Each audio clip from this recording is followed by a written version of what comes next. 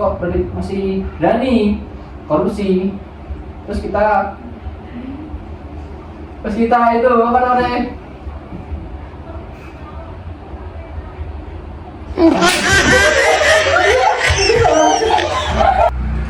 Assalamualaikum warahmatullahi wabarakatuh. Kita dari podcast Ruang Tamu. Bersama aku Diana dan aku Mei Rizka.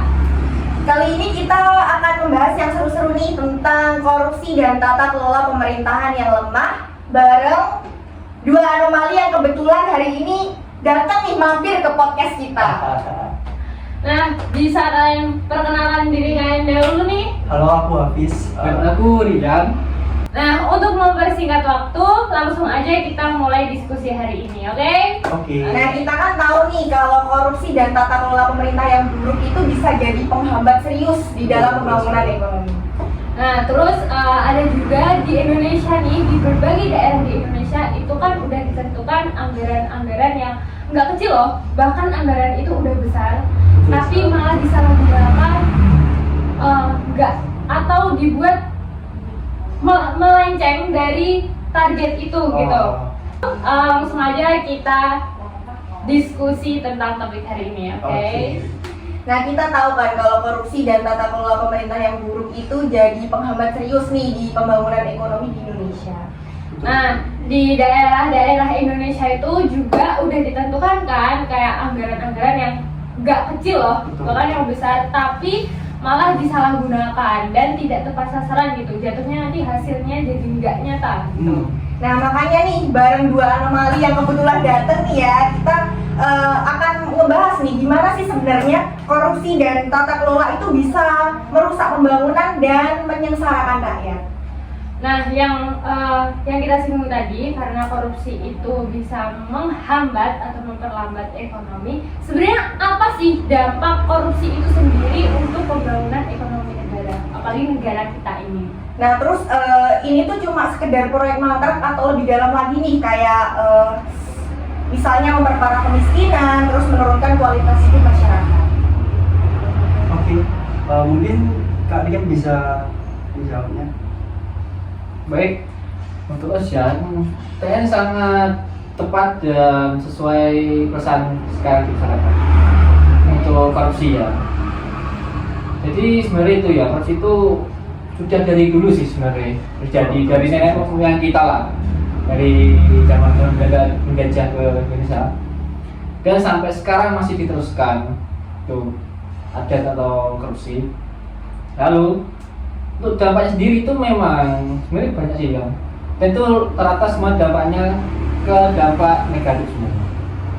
Jadi ini kita ambil jadi yang tentang apa, tentang yang dari pos yang bisa membuat proyek mangkrak ya. Itu sebenarnya juga sangat sih berpengaruh di proyek mangkrak. Jadi contoh nih, kita ambil contoh kita misalnya di IKN ya, itu banyak sekali berita tentang IKN itu sekarang mangkrak semua. Nah, itu kita lah bisa lihat dari awal pembangunan, kita bisa lihat dari atasan itu sangat positif bisa selesai 5 tahun, dan itu kalau nggak salah itu awalnya itu tahun 2020 nggak salah. Terus sesuai setelah itu tahun 2025 itu sudah mulai pindah ke IKN untuk pegawai di Jakarta. Nah, sebenarnya itu kalau menurut data itu dananya itu sudah cukup. Tetapi adalah seperti apa? Sekarang ya kalau akhir ini tentang kasus korupsi, Samina, terus apa lembaga ya kan. Nah, itu salah satu faktor yang bisa menyebabkan proyek mangkrak. Jadi nih, contoh kita budgetnya segini untuk IKN, tetapi budgetnya itu dikorupsikan untuk kepentingan pribadi yang mengelola seperti Pertamina, Batubara. Akhirnya uang yang tadi untuk pembangunan IKN jadi berhenti dan pembangunan pun tidak bisa dilanjutkan karena kurang dana. Padahal nih ya dari awal itu juga sudah dikasih planning lah untuk dana segini, tapi ternyata di akhir ini mangkrak karena dana tidak ada. Jadi itu juga dampak dari korupsi tentang pemerintah mangkrak. Lalu berikutnya tadi apa? Sendiri yang Menurunkan kualitas hidup ya. nah itu bagus. Jadi dalam korupsi juga itu bisa menurunkan kualitas hidup juga. Karena gini, dari atasan sudah disiapkan dana nih untuk segini untuk mengatasi apa namanya yang hamil apa pergisi apa namanya kurang gizi. apa namanya Stunting. Stunting. ya stunting. Oh, Nah itu stunting.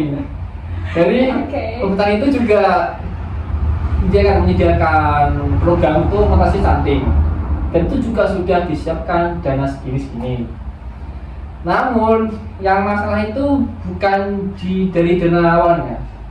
Itu maksudnya ketika dana itu dari atasan menuju ke bawah. Nah itu kan harus melewati pemerintahan daerah, provinsi, kabupaten, kecamatan, dan desa. Ketika udah nyampe nih, Nah, ya ketika itu. udah nyampe tuh kadang Nggak sesuai dengan atasan Iya, ya. Oke. Dari atasan nih ambil 5M lah, 5M. Terus di provinsi potong buat apa? Operasional gitu lah. Terus provinsi ke kecamatan, kabupaten buatlah apa? Seperti program ini buat intinya membuat kelas supaya aman itu juga butuh dana. Akhirnya turun ke kecamatan untuk apa? Operasionalnya juga butuh dana. Nah itu biasanya itu diambil dari dana yang sudah disediakan dari atasan. Jadi setiap provinsi potong segini. Nah awalnya yang ditarget satu rumah itu dapat daging 5 kilo, jadi 1 kilo. Nah itu sih yang sangat terlihat dampaknya di korupsi. Jadi untuk korupsi memang sangat mempengaruhi kualitas hidup. Jadi banyak sekali yang anak-anak yang setiap harinya itu ya yang dijatah daging 5 kilo jadi berbagi sama orang tua 1 kilo semua. Kan juga di sini juga kurang juga. Begitu sih. Kalau menurut aku sih setuju juga, gimana itu kalau dibicarakan dari Mas Ian tadi itu ini pengaruh dari sistem juga, dimana birokrasi kita itu terlalu panjang dan itu memberikan celah korupsi, dimana pasti siapa sih nggak mau uang di situ. Nah orang-orang ini tuh yang sebelumnya nggak kenal korupsi jadi tuh pengen, karena mereka tuh melihat orang di sekelilingnya atau di daerahnya itu dapat uang, jadi mereka itu ingin juga dong seperti kayak gitu. Nah menurut saya ini solusinya itu yaitu dipotong birokrasinya itu langsung jadi kayak strike gitu, nggak perlu panjang-panjang. Sebenarnya ini juga gimana ya, merubahnya itu dengan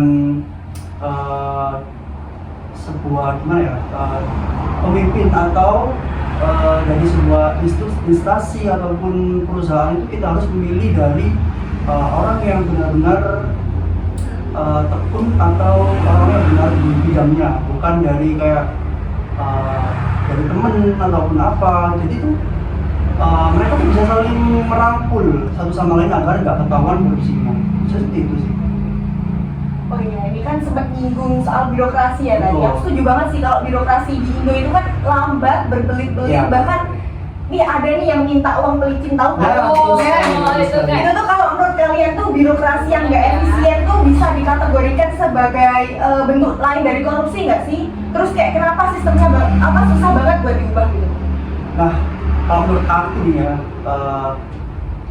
budaya di sini tuh orangnya kan teriak korupsi ke pemerintah, namun di bawahnya itu juga pasti masih banyak banget orang yang mentalnya itu masih pemalak, minta uang pelicin, kayak bikin apapun, kayak ormas di toko itu dikasih didatangi dan dimintai uang pelicin. Nah ini tuh gimana ya, kalau skalanya masih di sekitar daerah itu masih mungkin bisa dapat itu nggak sebesar itu, tapi ini udah sampai ke tahap birokrasi yang di dalam pemerintahnya itu juga ikut seperti itu.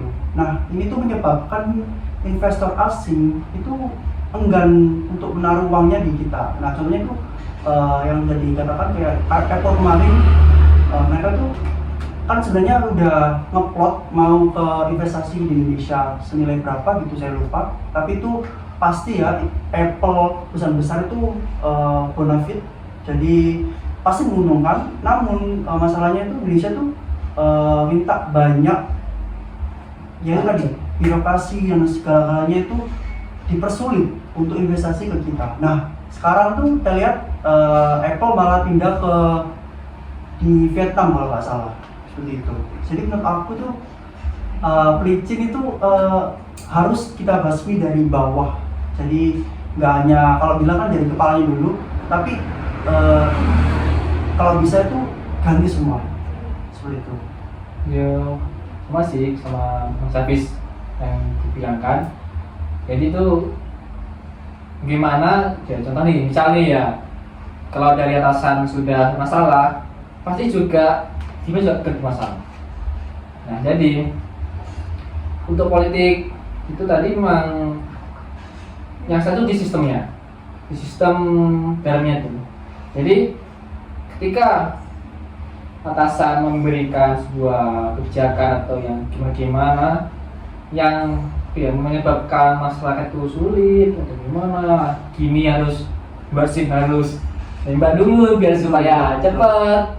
Nah harusnya pemerintah itu harus lebih mantap dalam membuat kebijakan yang sekiranya itu tidak membuat masyarakat itu terasa kesusahan dalam memenuhi kebutuhannya lah, seperti membuat SIM atau membuat akte tanah atau gimana tuh, harus itu dipermudah supaya gimana, supaya tidak ada oknum atau itu yang membuka jasa.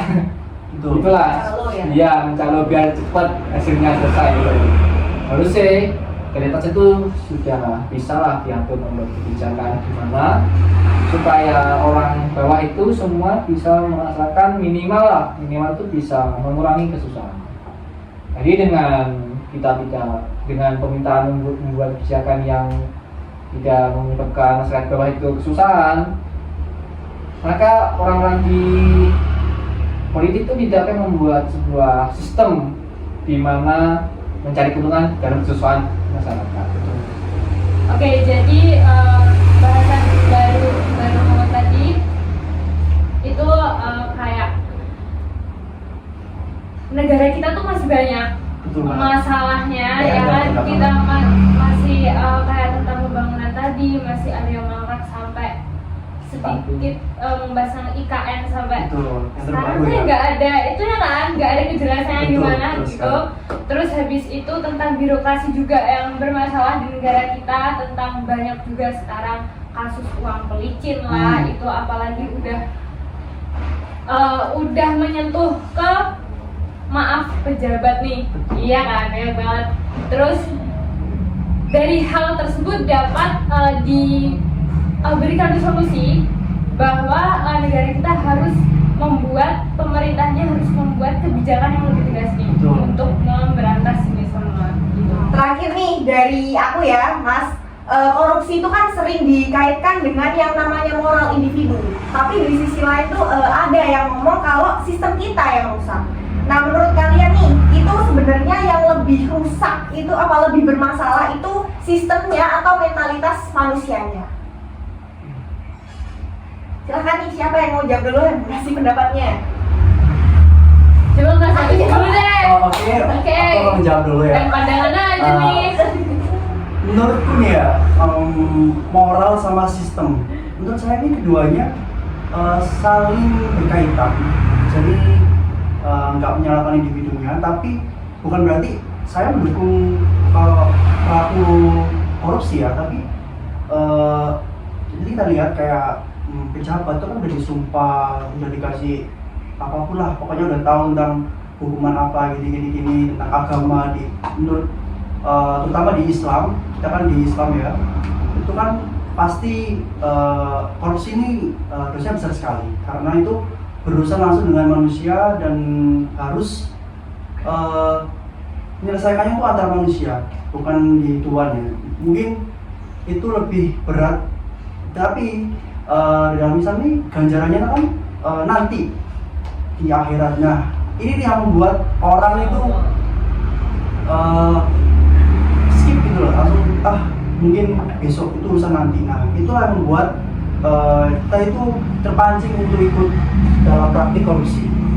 Nah, dan ini berkaitan dengan sistem tadi yang sempat saya sampel tadi, melihat orang yang dapat itu kayak ini gitu, dapat bagian kue kalau orang bilang itu persenan kue. Nah, ini tuh yang awalnya itu imannya kuat, itu lama-lama itu dibujuk dari korupsi itu mainnya itu nggak satu orang dua orang tapi lebih ke sekelompok. Jadi mereka itu pasti menarik semua orang bisa tuh semua itu diikutkan supaya rahasia itu nggak bisa keluar, nggak ada yang bocorin. Nah, ini tuh yang menjadi lingkaran setan. Jadi semua itu harus diberantas.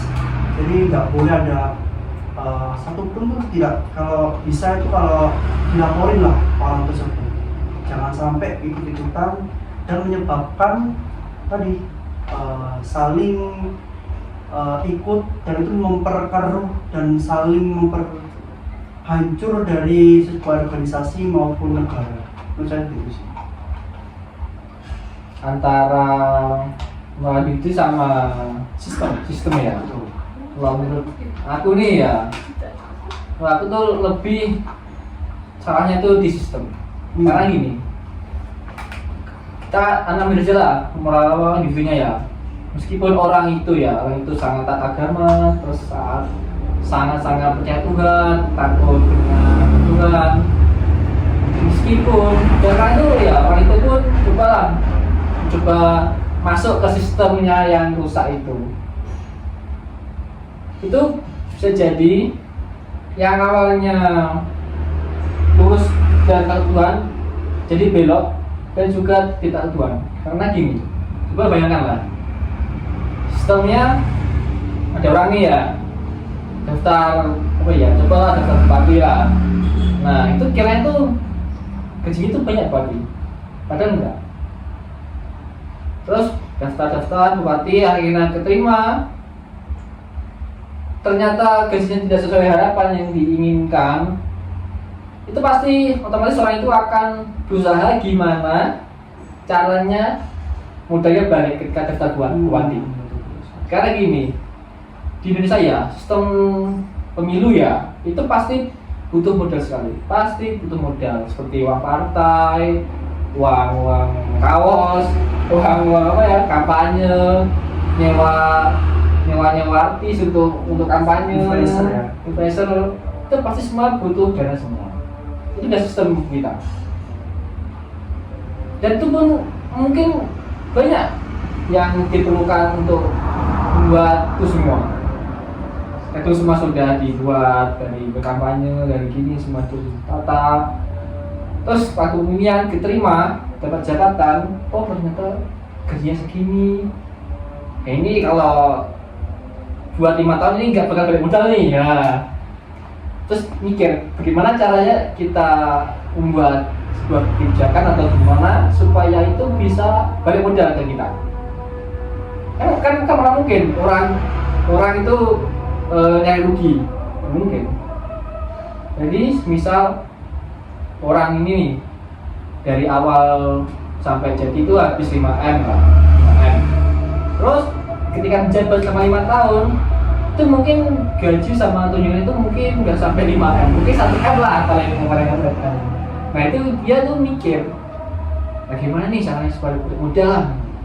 Akhirnya sistem seperti itu yang membuat kita sebagai pejabat atau gimana itu membuat sebuah korupsi agar balik modal, tanpa memikirkan Tuhan, tanpa memikirkan masyarakat yang penting kita balik modal. Bahkan kita makan enak, kita bisa pergi ke Disneyland, nikah kemana. Jadi menurutku misalnya itu sih. Coba kita buat sistem pemilu seperti, penting orang-orang tahu lah nama kita siapa, udah tanpa kampanye, mungkin kita buat kita ya contoh di Jepang itu pemilunya hanya membuat banner dipajang ke arah umum, jadi untuk masyarakat bisa melihat ini satu siapa, dua siapa ke siapa. Jadi itu tanpa banyak modal sih. Jadi gitu. Jadi menurutku lebih penting sistemnya yang diperbaiki daripada orangnya. Sebenarnya agak kontra sih, karena menurut saya ini tuh bukan sistem, tapi itu budaya. Culture kita tuh kayak gitu. Gimana sih kalau menggait orang buat voting itu, gimana yang menarik itu kayak gitu. Kalau Jepang kan udah pinter-pinter, jadi orangnya itu tinggal dikasih poster, disitop, udah selesai. Kalau kita kan enggak. Jadi menurut aku itu bukan sistem, tapi justru ke culture kita itu gimana cara orang tuh menarik itu, mau nggak mau harus keluarin uang gede buat promosi tadi. Itu aja sih. Jadi kayak menurut aku bisa juga seperti tadi, cuma lebih baik pendidikan kita itu harus disamakan dulu kalau dibanding sama Jepang gitu ya. Jadi kayak perbandingannya itu nggak sejauh itu gitu. Jadi penting isinya atau pendidikannya gitu. Itu jadi SDM-nya dulu aja lah. Gak usah jadi gak usah mikir orang itu ya, gak usah mikir setelah dulu ya. Itu lebih ke ya betul sekali. Dan sebenarnya itu kalau kita benar-benar dari bawah saya itu, nah ini juga kembali lagi ke pemerintahnya, gimana sih mengelola ekonomi tadi itu supaya semua itu bisa stabil, semua dapat kesehatan yang rata seperti itu. Nah, itu kayak pendidikan. Oke, jadi tentang bahasan kalian tadi bahwa sebenarnya tuh yang membuat mereka untuk susah lepas dari hal itu, terlepas dari sistemnya dan juga kena juga sama mentalitas manusianya sendiri, itu tuh karena ketakutan sendiri gak sih? Ketakutan mereka karena mereka udah berbuat seperti itu. Karena gini loh, nggak mungkin kan kita selama kita hidup di dunia dan kita tuh sering banget untuk kayak lihat orang kasus-kasus korupsi itu yang juga dari kalangan muslim. Iya kan, sering banget dari kalangan muslim. Nah, nggak mungkin selama dia hidup dia nggak pernah dong untuk membaca hadis atau mendengar dari luar sana tentang pandangan Islam, bagaimana pandangan Islam tentang korupsi, tapi mereka tetap melakukan hal itu.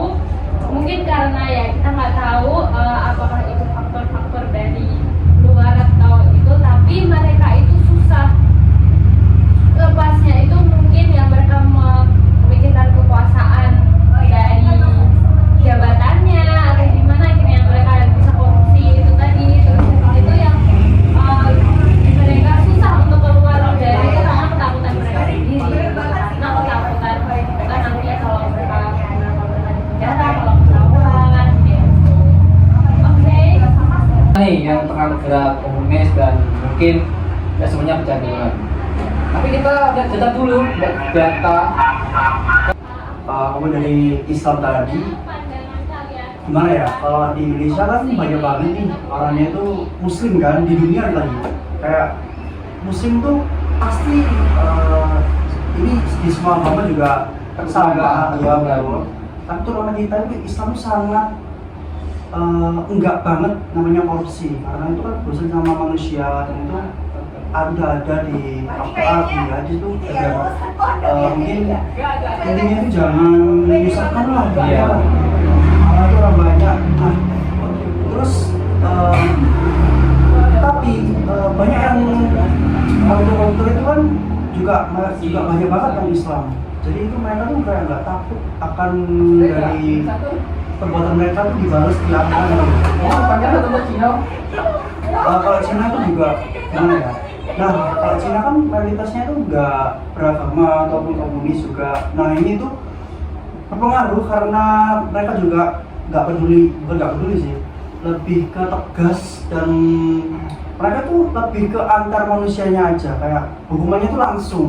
Mereka tuh nggak percaya kayak anggap aja mereka nggak percaya akhirat, jadi ngapain lama-lama di akhirat, di sini aja gitu di sini. Nah, itu yang membuat mereka tuh nggak mau ataupun takut kalau berperilaku korupsi. Nah, beda kan di Indonesia kan tadi agama kalau di akhirat aja nih. Nah, kalau di hukuman saat ini, nah mereka tuh saling kayak jangan kasihan, nanti artinya gimana, itu kan punya keluarga. punya keluarga seperti itu. Nah itu masih ada toleransi, meskipun itu jalannya besar banget, tapi itu mereka masih toleransi itu masih tinggi banget, dan ini aneh. Dan itu bukan toleransi yang seharusnya dilakukan ke orang gitu. Toleransi itu pasti ke orang-orang yang membutuhkan, bukan orang yang kasihan karena udah menghabiskan uang kita loh bayar pajak. Mereka yang menghabiskan, apa yang kita akan toleransi karena gitu. Kalau menurut kalian gimana? Itu sih dari Kak Hafiz sih, cukup menarik ya. Tapi ini saya juga setuju sih dengan Indonesia yang kebanyakan itu Muslim, dan juga Muslim itu mesti takut Tuhan ya. Betul. Tapi juga kita kegeser agak sebelah berat ke utara itu di negara Cina sendiri. Jadi negara Cina itu kebanyakan itu komunis, dan juga mungkin ada beberapa yang takut yang nggak percaya Tuhan. Tapi kita lihat datanya dulu antara Cina dan Indonesia, data korupsi ya, itu kebanyakan mana coba kira-kira? Indonesia. Nah, padahal misalnya itu kan negara Muslim kan. Tapi kenapa negara Muslim yang percaya Tuhan lebih banyak kasus korupsi daripada negara yang tidak percaya Tuhan atau komunis? Itu yang itu masalahnya itu mungkin di orangnya sendiri. Jadi nih, Islam memang melarang kita untuk apa ya, untuk jujur, transparansi, dan dijalankan untuk tidak membuat orang merasa rugi. Jadi mungkin ini bisa dikatakan lebih ke orangnya yang KTP Islam tapi ternyata tidak benar-benar Islam. Gitu. Jadi dari sikap dan individual yang masing-masing. Itu ya. Ada tanggapan dari rekan saya nih guys? Oke, kalau nggak ada nih, nggak ada tanggapan. Udah lagi. cukup menjawab sih menurutku itu tadi. Soalnya bingung nih mau nambahin apa. Udah jago ya. Ngorek-ngorek gini tuh capek sendiri sebenarnya. Soalnya kayak Soalnya banyak kasusnya korupsi enggak? Oh iya, tadi kan sempet nyinggung ayat ya tadi ke Mas Hafiz. Iya. Coba dong, apa ayatnya, hadisnya apa dong? Saya mau tanya aja Kak Om Hafiz yang itu bilang ada di aturan Al-Quran Gini, Islam kan diajari kebaikan. Nah itu kan lewatnya dari mana? Dari Al-Quran. Dan kita tuh kayak Nabi Muhammad itu kan juga mengambilnya dari Al-Quran. Kayak hal-hal baik itu kan dari Al-Quran, dari Nabi Muhammad. Nah itu nggak harus kita, mungkin saya kurang jago ya untuk hal ini ya, karena aku bukan ustadz, bukan apapun, jadi saya nggak hafal. Tapi yang saya tahu itu Islam itu nggak kayak gitu loh. Dan itu kan awalnya atau sumbernya pasti dari Al-Quran dan hadis juga seperti itu. Kalau waktu itu mohon maaf belum bisa ya kan. Tadi ini mungkin sih, mungkin ini bukan di sana ya, ini di orangnya ya, mungkin Itu di individu aja sih. seperti apa namanya. nah tapi pasti di hal-hal kayak gitu tuh pasti ada hubungannya nggak sih? Pasti. Nih soal kayak hukuman gitu, aku jadi inget kalian tau nggak tokoh apa ya, orang Indonesia, Freddy Budiman. Oh, yang pengedar itu ya. Iya, yang terkenal dengan hukuman matinya Hukuman mati karena terus kan. narkoba, tapi di akhir hidupnya beliau sangat baik sekali, sangat baik agamanya, sangat ini ya. Tapi aku terlintasnya adalah ya kan dihukum mati karena narkoba itu. Mungkin karena dia bandar atau gimana, atau yang dilakukan itu sudah berat ya. Nah banyak loh juga di Indonesia ini pelaku-pelaku korupsi atau koruptor. Itu kan sampai udah, apalagi yang barusan ini Pertamina guys, berapa triliun mas? 967,5 nggak salah. Wah, kalau Iya. Nah itu tadi, itu kan kayak setiap ChatGPT ya. udah gede banget kan. Gede banget tuh. Nah itu dia tuh kayak menghabiskan uang segitu tuh masih kayak seneng-seneng banget kan Betul, di atas paham penderitaan sekali. kita. Nah itu menurut kalian kenapa sih nggak kayak di masyarakat juga, aku dengar-dengar juga kadang ada yang ngomong kenapa sih nggak dihukum mati aja loh gini-gini, karena udah sangat merugikan kita gitu loh, karena uang itu kan bukan cuma uang dia gitu kan, pastinya uang kita semua, uang rakyat gitu. Gimana menurut kalian? Nah, terus itu menurutku lucu sih. Jadi gini, kemarin lah ada berita seorang nenek yang mencuri 2 kilogram bawang, ya. 2 kilogram bawang, bukan mencuri uang atau bagai atau emas. Dia hanya seorang nenek mencuri 2 kilogram bawang. Tapi apa hukumannya? Ketika ketahuan, ditendangi, digebukin sampai berdarah. Nah, sedangkan ada orang yang ketahuan mencuri uang seluruh rakyat kita, rakyat Indonesia, ketahuan, tapi apa balasannya yang ada?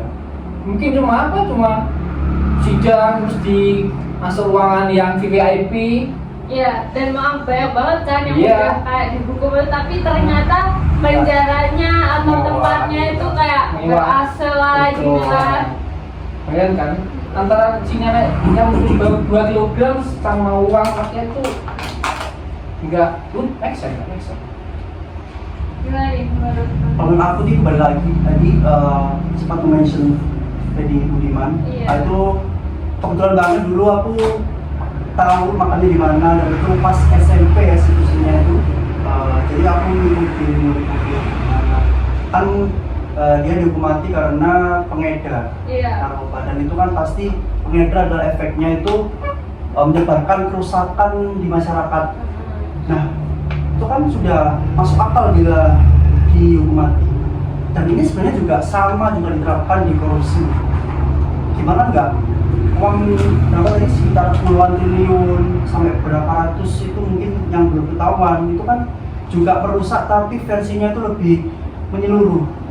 Bisa dibuat apa aja tuh, kayak Kecilan. betul, enggak sampai segitu.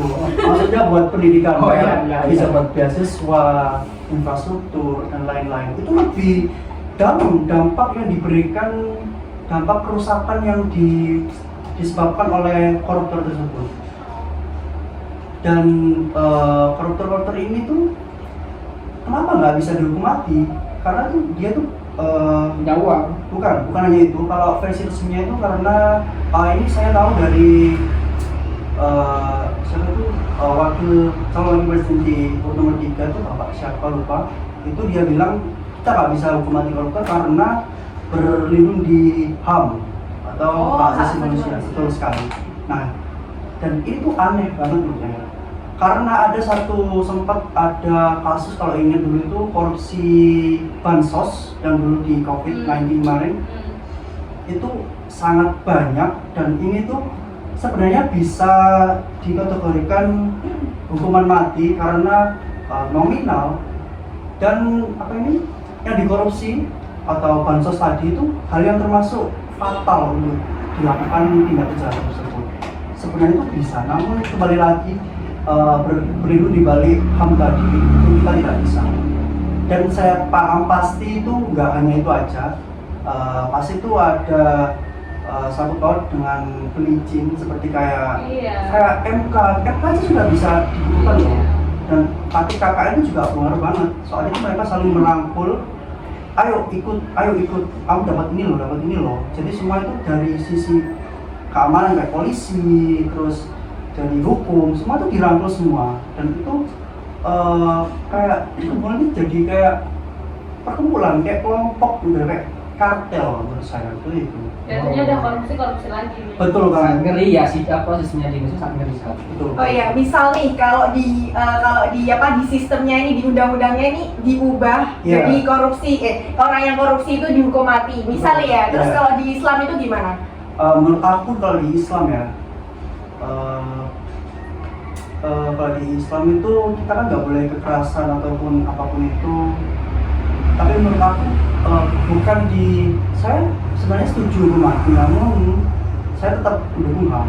Jadi jangan dihukum mati, tapi kalau bisa itu dirampas semua aset-asetnya, semuanya, hal yang udah rugi negara tuh sampai 0% dari yang mereka ambil. Jadi itu lebih efektif sih menurut aku. Jadi kayak mereka tuh nggak punya apa-apa, udah dimiskinkan, jadi udah kembali aset-asetnya tuh ke negara lagi kayak gitu. Terus misal nih yang barusan kena itu yang apa tuh, yang 271 itu kan siapa sih? Kebara.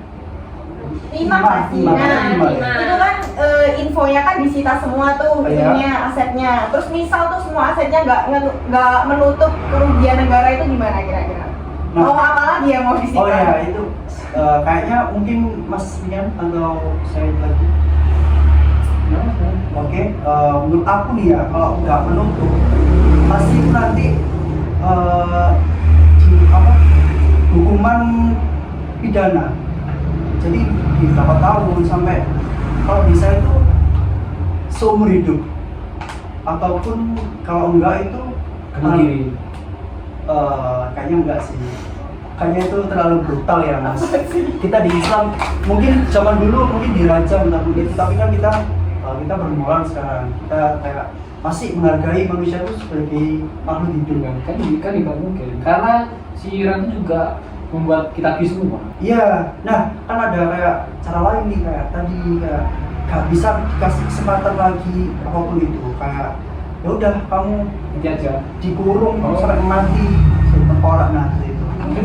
Bisa masih apa? Kejam banget ya itu. Iya, dan dipastikan keluarga-keluarganya itu gimana nggak dapat akses atau bukan akses nggak dapat keuntungan dari yang sebelumnya dia dapat. Jadi kayak kembali ke nol gitu.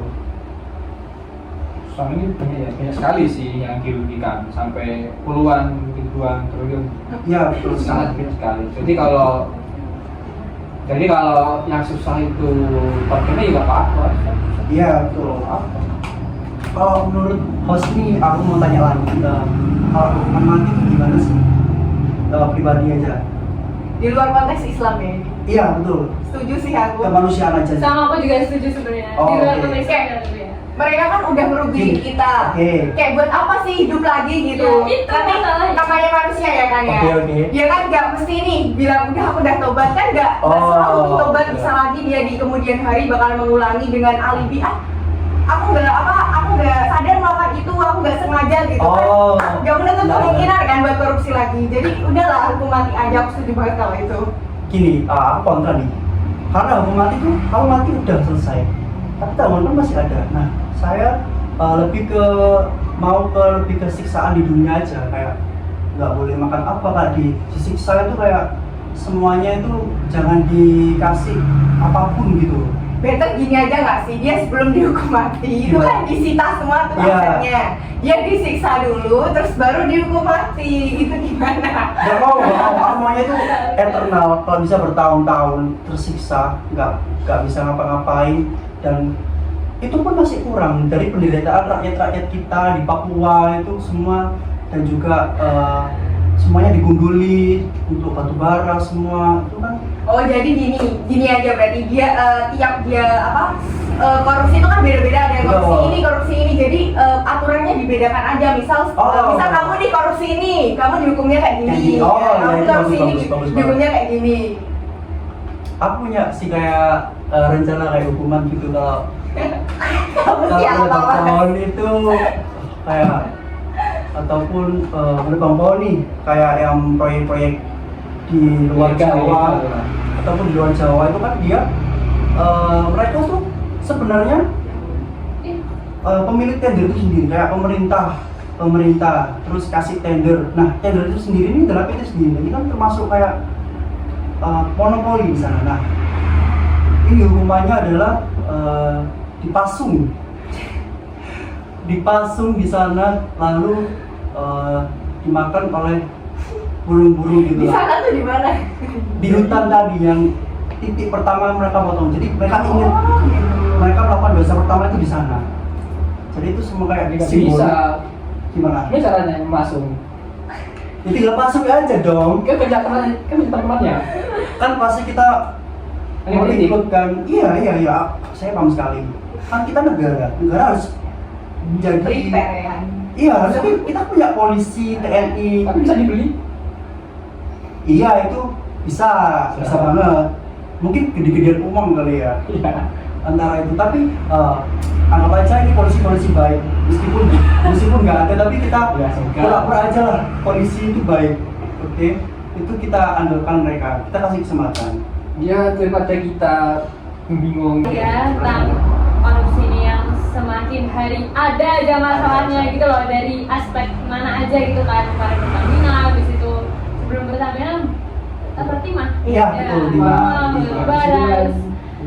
Belum lagi kan pastinya ini ada dong yang lagi disembunyikan atau Betul, yang masih belum belum terkuak ya. terkuak. Iya. Saya tak beli ya. Ya. Terus oke, Sama-sama. untuk yang tadi jadi perlu ini ya, kebijakan hukuman yang tegas lagi. Sistemnya dirubah.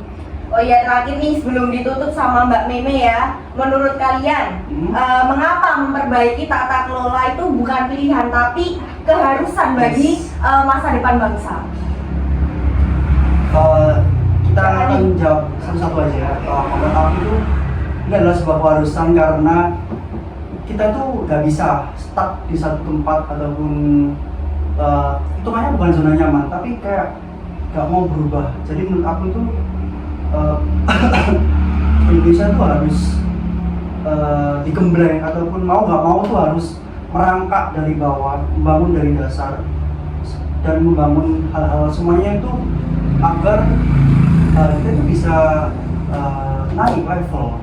Kita tuh nggak mau kayak gini terus kayak gitu. Kalau menurut Nah, kalau sih itu ya memang harus dirubah, karena gimana kalau kita mau hidup sejahtera tapi tetap ada positif mana? Kita harus ke, mungkin bisa dikatakan kita itu sedang di fase darurat korupsi. Jadi sebisa mungkin kita harus merubah sistemnya, pemimpinnya, cara politiknya itu kita harus berubah dari bawah. Sangat harus. Kalaupun sulit pun, kalau saya pribadi ini, penting saya itu Bela negara. betul, bukan bela negara tapi mencari rezeki di Kabur aja dulu ya. Betul, saya sangat support sekali itu karena ini menurut saya ini sudah sangat sulit sekali untuk dibenarkan. Kalau kabur rencana mau kemana? Kalau kabur sih deket sini aja kayak jangan jauh tuh kayak Malaysia tuh udah beda banget loh sama kita. Mereka cuma kalah di desain timnas, lainnya mereka tuh udah oke banget, kayak ringgit udah naik. Maksud saya tuh ringgit terhadap dolar itu udah stabil gitu. Jadi kayak anything but Indonesia, jangan Indonesia lah. Keren ya Kak ya. Ya. Oke guys, itu tadi diskusi kita tentang hal-hal yang meresahkan tadi, yaitu korupsi. Terima kasih untuk kakak-kakak ini yang sudah membahas topik hari ini. Terus terima kasih untuk Mbak Diana, Makasih juga rekan host saya hari ini. Oke, ada kata-kata lagi nih Mbak Diana? Udah cukup itu ya, udah Ya, panjang banget ya, loh. Oke, banget. udah. Ya, Banget ini. Intinya kalau punya uang punya kuasa. Gitu. Oke teman-teman, sekian dari kami. Jika kita ada salah dan lebihnya kita mohon maaf. Terima kasih. Kita dari podcast Ruang Tamu.